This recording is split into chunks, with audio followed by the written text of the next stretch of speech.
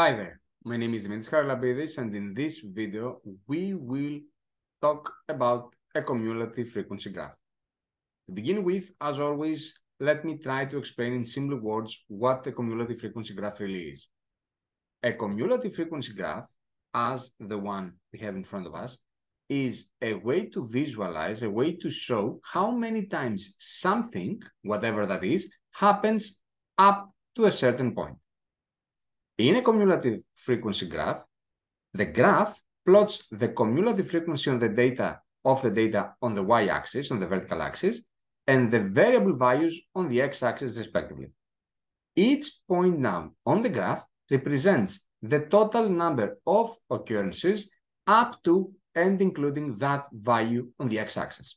For example, that point here, let me draw that with red, that point here shows that there are approximately 26 people, 26 persons up to the value of 10. Here, that value would demonstrate that there are approximately 100, that the frequency is 100 up to 25 and so on. Now, considering the IB content, where do we need the cumulative frequency graph? Mostly in order to determine a set's median, Q1, and Q3 values. How is it done? Let's see the whole process. To find median, one should start from the 50% of the sample's size and then follow this route. And now I will explain what I mean by this route. So here in our example, the sample size is 200. 50% of 200 is obviously 100, is here. So starting from here, starting from frequency of 100, I should move horizontally to the x-axis up until I meet the graph. From that point, I will then move vertically down up until I meet the x-axis. The point at which I intersect with the x-axis is the median's value. So in my case, median should be 25.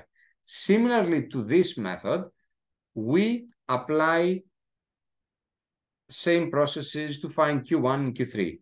To find Q1, as you know, Q1 is also referred to as the 25th percentile. So instead of finding the 50 percentiles I did for median, I have to calculate the 25% of the sample's size, and then once again follow the same route, which is 25% of my sample size, which is 200 here, should be 50. So starting from 50, I will firstly move horizontally, which means parallel to the horizontal axis, up until the point where I intersect with the graph. And from that point, I will move vertically downwards up until the point where I intersect with the x-axis. At this point, we have the value of Q1. And finally, let us have it in the same page.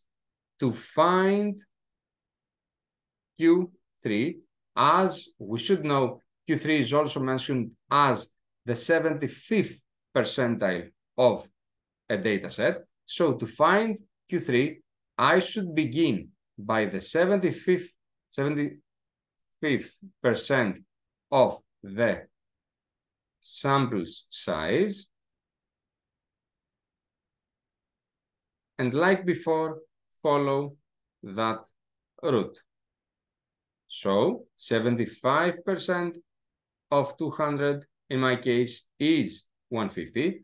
So starting from 150 on the y-axis, I move parallel to the x-axis until I cross the graph, and from that point I move vertically down until I cut the x-axis. The point at which we intersect with the x-axis is equal to the value of Q3. And that was all. So once again, we should all understand what a cumulative frequency really is.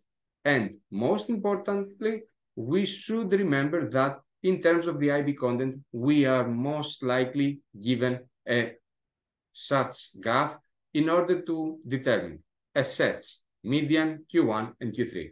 To find the median, start from the 50%.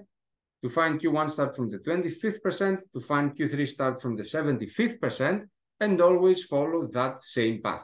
At first, horizontally to the x-axis until we meet the graph, and then from that point, vertically downwards until we meet the x-axis.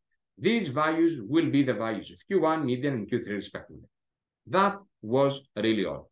If, however, you feel that you need to have a question, please don't be shy, don't be afraid to leave your comment below with that question. As always, thank you for your time.